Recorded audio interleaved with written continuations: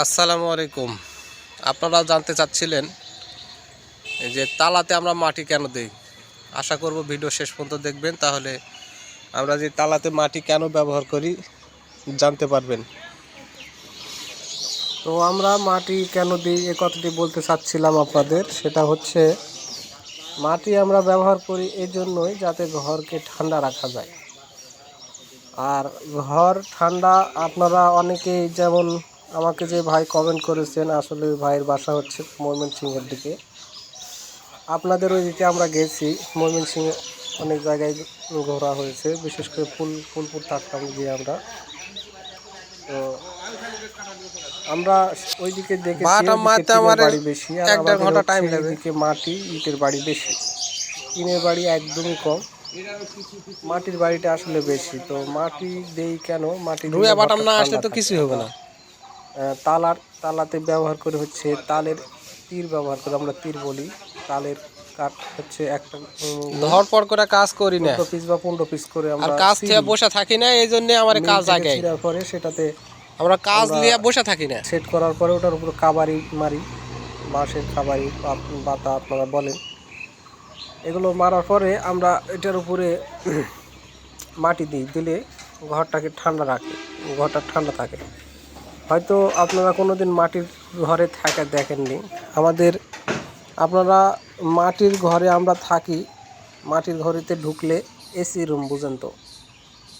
তো ঠান্ডার সময় গরম আর গরমের সময় ঠান্ডা। মাটির ঘর হচ্ছে এগুলো। যে ভাইগুলো যে যার মাটির রুম আছে, যে থেকেছে, অবশ্যই উনি এই সম্পর্কে বুঝতে পারবে। তো যে ঘরটি আপনারা দেখতেছেন, এই ঘরটি হচ্ছে আগে ঘর ওখানে করেছি, তারপরে হচ্ছে এটা আবার বড় ভাই বলতে ছাদ দেওয়ার কথা ছিল। তাই আমি ভাইকে বললাম যে ছাদ দিয়েন না, মাটির করে মানে বটুকখানা করবে আর কি। মেহমান আসলে এখানে থাকবে, বাইরের গেস্ট, বন্ধু বান্ধব, অপরিচিত যারা, ওনাদের হয়তো বাড়ির ভিতরে ঢোকাবে না, বাড়ির বাইরে এখানে আপ্যায়ন করবে আর কি।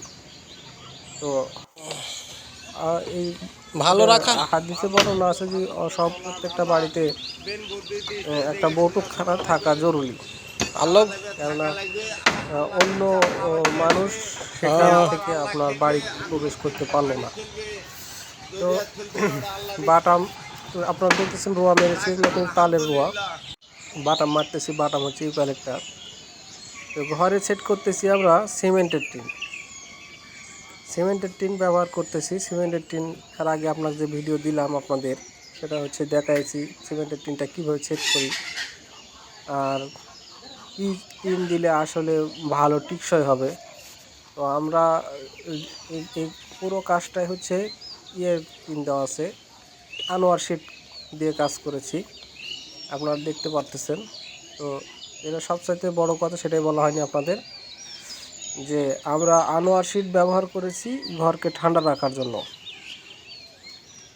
আর যদি কোনো কলিজার ভাইয়ের মানে কাজের প্রয়োজন হয়, তাহলে আমাদের কাছে যোগাযোগ করবেন। আর যদি কারো ঘরের হয়তো মিস্ত্রি পাইতেছেন না, আপনারা হিসাবের একটা সিস্টেম, হিসাব বুঝতেছেন না, তাহলে আমার কাছে ফোন দিলে আমি কিন্তু আপনাদের হিসাব দিব ইনশাল্লাহ।